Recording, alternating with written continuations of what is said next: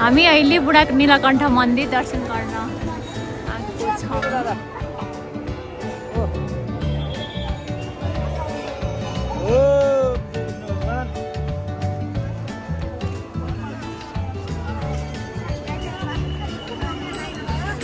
Simon.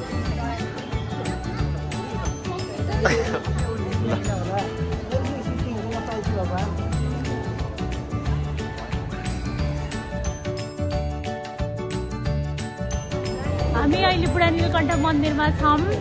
एकदमै भिडभाड छ। अब हामी यहाँ दर्शन गरेर फेरि हाम्रो अर्को यात्रा चाहिँ सुरु हुन्छ। यस्तो भिडभाड छ है यहाँ चाहिँ। ओहो, यहाँ चाहिँ यस्तो रमाइलो माहौल छ। मौसमले एकदमै मिठो साथ दिइरहेछ। भक्त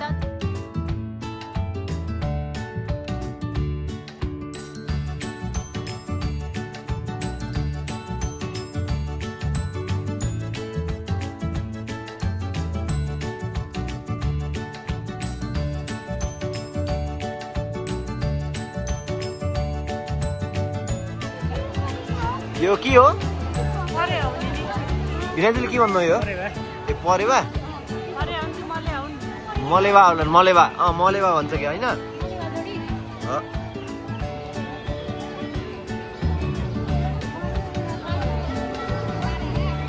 ल यो चाहिँ हामी बुढा नीलकण्ठमा दर्शन गर्न आएका छौँ दिदी भिनाजुसँगै। आज शनिबार भएर होला होइन, धेरै भिड छ। लाइनमा बसेर पूजा गर्न चाहिँ अलि भ्याएनौँ, तर पनि के छ यसरी भगवान्को दर्शन गर्न आएपछि दर्शन गरेर निक्लिने सोच्यो।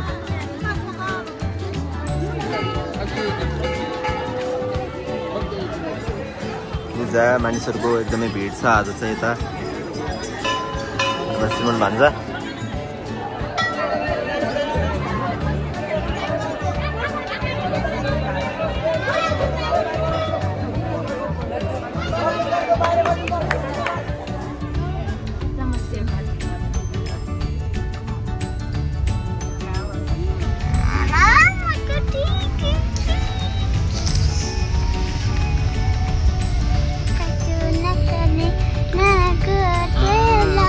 हामी चाहिँ यता कति माथि के अरे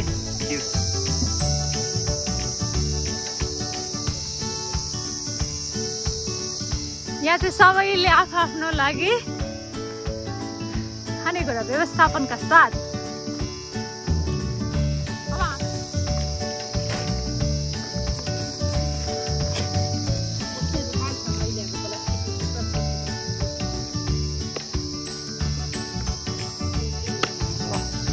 घरबाटै बनाएर है। दिदीले बिहानी बिहानी उठेर एकदम मेहनतका साथ ढकनी अचार भिनाजु बस्नु भएको छ। भन्दा भन्दा चाहिँ एक्सर्साइज आऊ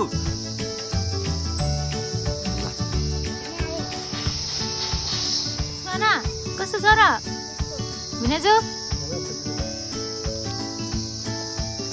ल कस्तो छ? ल यति मिहिनेत चाहिँ दिदी है, मिठो छ। मैले खाएको छैन। ल यहाँ चाहिँ एक्सर्साइज गर्ने ठाउँ रहेछ। ए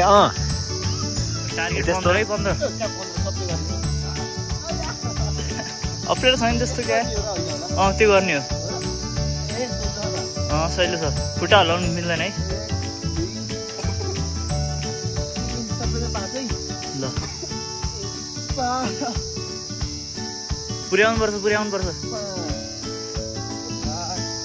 बल्ल सुरु भयो। चेस्ट 3 5 यो पुर्याउनु पर्छ।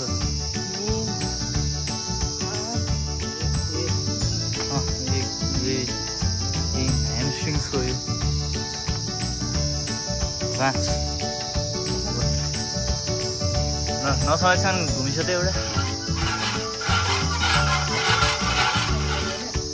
पुलअप कहाँ यो त सल्लो छ नि धेरै सल्लो भयो एक हातले गर्छ एक हातले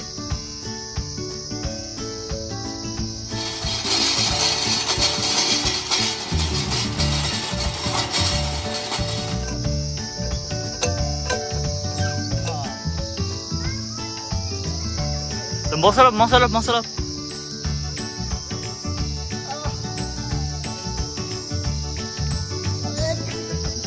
ल परवीन कस्तो लागिरहेको तँलाई हामी कहाँ आइरहेछौँ आज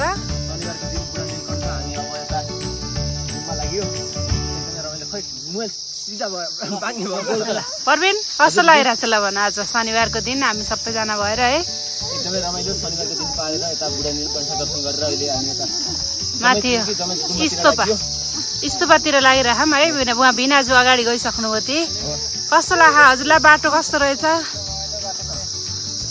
जस यहाँसम्म गाडी लिएर आउन सक्नुभयो हजुरले होइन प्रतीक्षा ल तेरो अब तँलाई कस्तो लागिरह्यो तर जाडो हुन्छ जस्तो लागेको थियो है अहिले त गर्मी भएर हामी त उठ्न न बस्न भयो यो गर्मीले अनि सिमन तिमीलाई चाहिँ कस्तो लाग्यो ल भन त ल धेरै रमाइलो छ तर अलि गाडी माथिसम्म लग्यो ल दिदीलाई चाहिँ कस्तो लाग्यो हजुर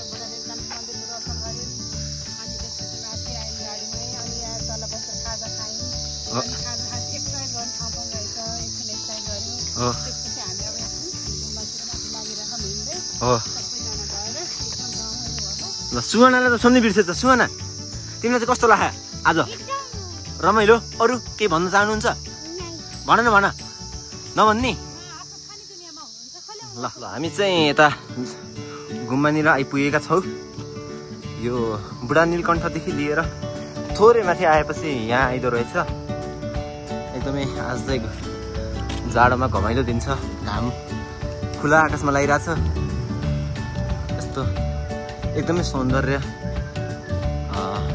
दृष्टि देख्न सक्नुहुन्छ होइन उता चाहिँ हाम्रो पर्यो काठमाडौँ सहर एकदमै घनघोर घरहरूले भरिरहेको यो सहर अनि थोरै प्रदूषित देखिन्छ कि कुहिरो हो भन्न सकिन्न तर यता चाहिँ एकदमै राम्रो देखियो है ठिक छ यही नै हो ल एकदमै यहाँ दुःखको कुरो चाहिँ के आयो भन्दाखेरि चाहिँ यो 2 वर्षदेखि गेट बन्द रहेछ है त्यो हुनाले चाहिँ हामी अब एकदमै तल उहाँ त्यो घर पुगेर माथि एकदमै ठाडो निक्लिनु पर्ने अवस्था देखियो ल हामी यता लागेका छौँ यो चाहिँ पर्यो जमैच गुम्बा होइन ल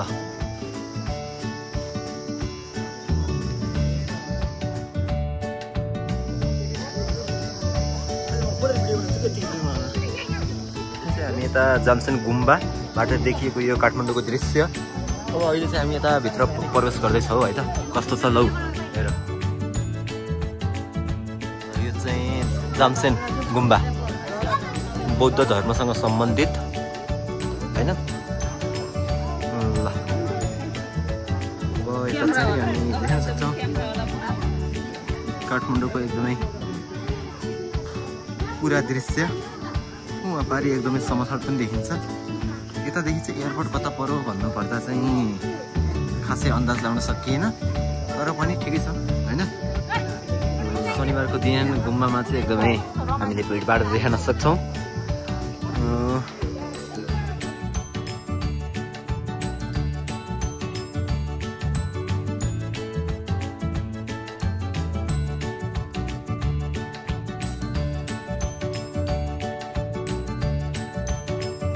शनिबारको दिन परेर पनि होला आज एकदमै गुम्बामा चाहिँ भिडभाड नै छ ल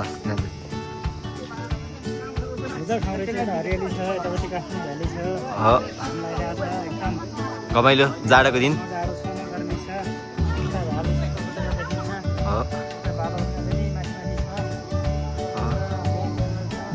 हिमालको मात्र घुम्नु भयो छोरे यो चाहिँ हाम्रो ग्रुप खै कपिला दिदी यता यता ल अब यो जमैच होइन जमैच गुम्बा ए जामसेन ल ए सुहाना डन ए च्याम्पी हो र मेरो कान खै के सुने च्याम्पे गुम्बा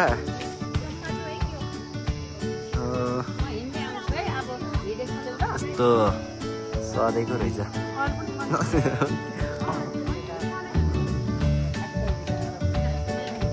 ल हामी चाहिँ अब यो जमाइस गुम्बादेखि लिएर अब फर्किने सकियो। झोला बोक्ने कि हेर।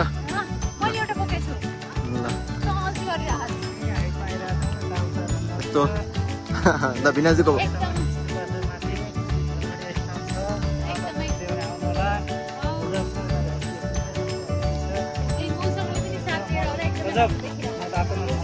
हो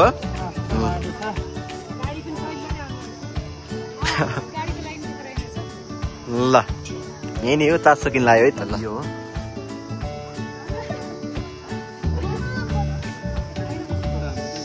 हाम्रो अब यो एकदम विश्राम समय चलिरहेको छ। विश्राममा हामी चटपट बनाउँदैछौँ। चटपट भनेपछि सबैजना एकदमै लागि पर्नु हो। तिहारका रोटी पनि ल्याएको थियौँ, खुदी रोटी, गुल्मीको खुदोको रोटी खाइयो।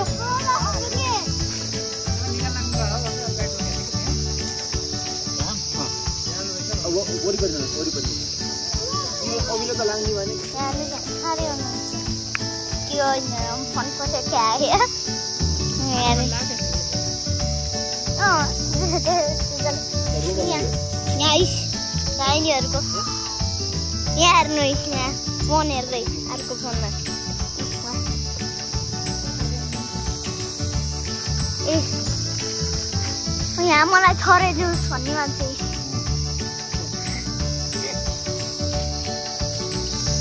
यहाँबाट मान्छे चक्ने हात चाट्ने बस्ने। जिब्रो पेपरमा हाल्नु नि त। तँ हेर्नु यहाँ चटपट। हाम्रो चाहिँ यो बुढा नीलकण्ठ हुँदै गुम्बाको नाम चाहिँ अझै थाहा भएन। गुम्बाको नाम चाहिँ अझै पनि राम्रोसँग थाहा होइन। जमाइच हो कि गुम्बा होइन। च्याम्पे भन्नु त उल्टै होइन, च्याम्पे त होइन। जुन भए पनि गुम्बा यस्तो माथिको भ्रमण गरेर अब अहिले घरतिर लागियो। एकदमै भ्रमण चाहिँ एकदमै आनन्ददायी। त्यसपछि यहाँ यता बोल्न लाग्यो बेला यस्तो गरेर आएको। त्यसपछि चाहिँ चाहिनु पऱ्यो च्याम्पे। ल अनि भ्रमण चाहिँ एकदमै के बोले तर पनि रमाइलो भयो।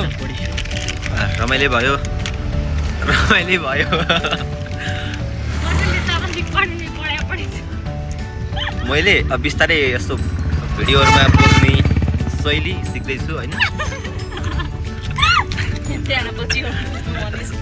चाहिनु पऱ्यो अनि